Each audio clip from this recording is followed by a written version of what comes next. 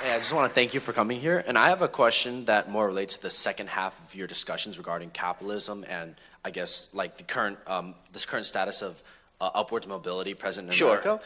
Do you think capitalism as a system, first off to state, I think America is a mixed economy. It is a mixed economy. And I think you would agree with that.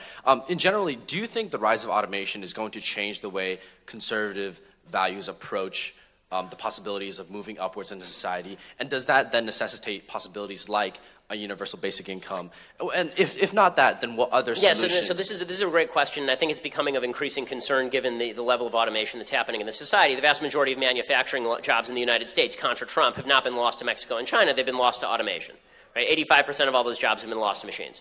So people are worried that machines will take over the world. So my particular perspective on this is that we have always worried that machines are going to take over the world. The Luddites were smashing the gears during the Industrial Revolution because they were afraid that the machines were going to take over the world and they were all going to lose their jobs.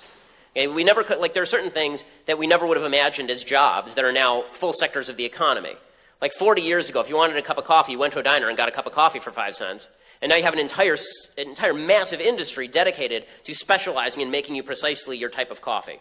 So until they make the replicator from Star Trek, that's the machine that makes other machines and magically makes all items they don't have a price and and they're all free.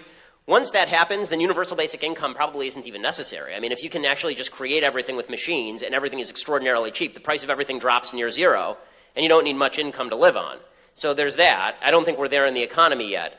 I also don't think we're there in the economy to the point where all jobs have disappeared. The job trends have kept up with the technological trends. It's not like everybody is now out of work because the technology has gotten so good. Right, and that may be true, but like let's just take the short term, for example. Like the rising possibility of automation in driving, for example, which is really soon. Like put Uber out of business. And that would put approximately like 40%, because 40% of America is currently employed in the transportation industries. Right. That would cause, like at the very least, a very large displacement in terms of jobs. For sure. Would a solution that then to be like a possibility of universal basic income? And if not, then like what? So I have two problems. I have two problems with universal basic income. My first problem with universal basic income is that automatically, my view is that it causes inflation. If you just give people a bunch of money and tell them to spend it, then prices are going to rise accordingly because everybody's just going to adjust for the fact that everybody has more money to spend. It's helicopter cash. You drop helicopter cash all over the world, and the prices are automatically going to rise.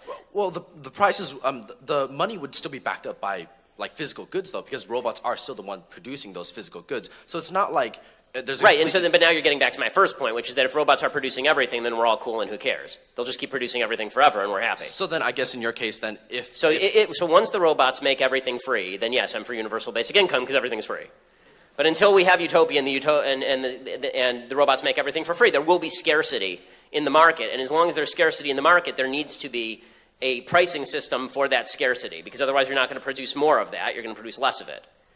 So that's the basic economic point. And there's also like the general point, which is that a larger point to this automation, which is that a lack of jobs would lead to a lack of purpose. And then yes, no, it's totally true. But and so what I think is the question is whether there's a job lag, meaning people lose their jobs to Uber and then they just never work again, or is a job lag where they just find another job but it takes a little while for them to adjust. And I think that the history of economics shows that we have not yet reached the point where jobs just disappear wholesale. Right? If once we reach that point, then we can start talking about other solutions that we have not considered yet, because then we actually are not living in a capitalist economy. And a capitalist economy is driven by the idea that there is scarcity of capital and labor and resource, right? Society. If there's no scarcity, then we're talking about utopia. So I pray to God that future comes true and we have utopia and everything's free. That'll be wonderful. Until then, people are going to have jobs. All right, thank you. Thanks.